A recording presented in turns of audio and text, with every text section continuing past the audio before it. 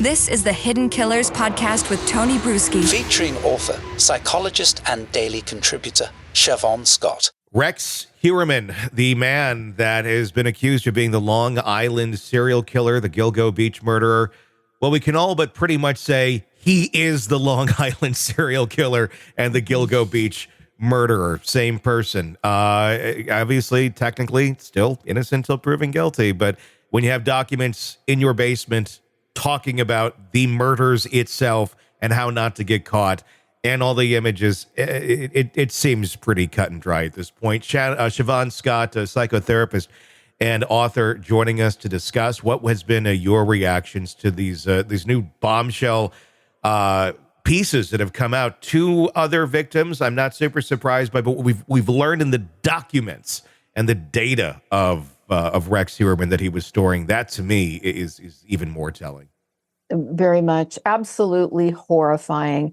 I think this is every woman's worst nightmare, a torture dungeon, essentially, with broken down, obsessive. It's like a guide to how to mutilate and kill people. I mean, I went over the documents extensively yesterday, and it just made me sick. If we saw this in a horror movie, we would never believe that this could be real. Mm-hmm. It just shows this obsessive degree of planning.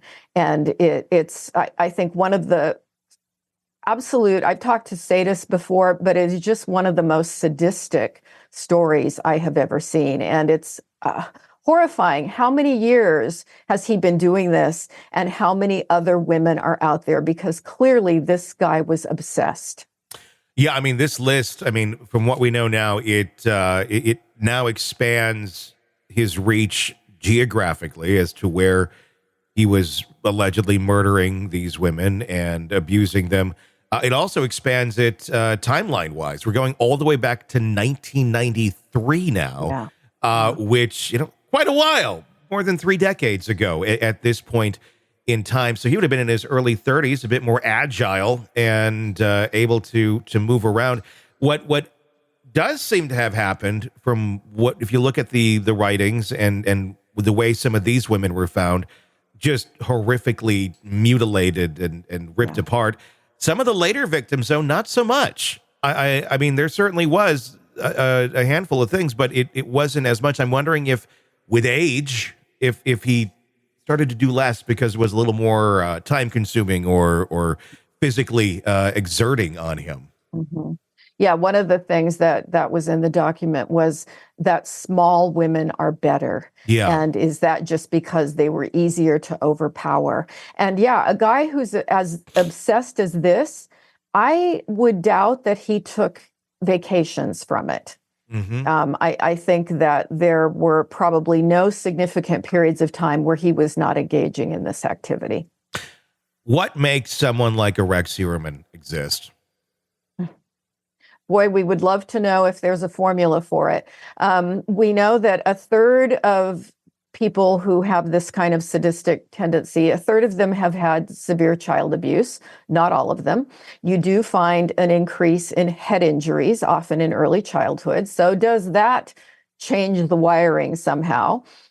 But then you've got the DNA component. Did they, inherit the tendency to be psychopathic, which means their brains have some differences, a smaller amygdala, and the empathy center of the brain, the prefrontal cortex and ventral media prefrontal cortex, they don't wire up the same way to the amygdala. That's kind of my going into techie neuroscience there. But there are some differences in the brain.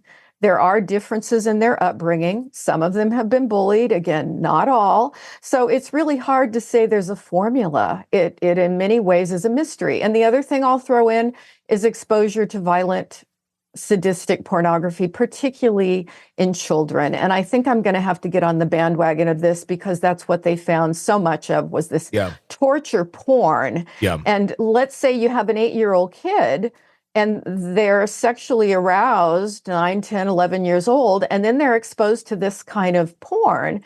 And that wires the brain to find that arousing. And in essence, it can become addictive, and then they grow up and this is what you get.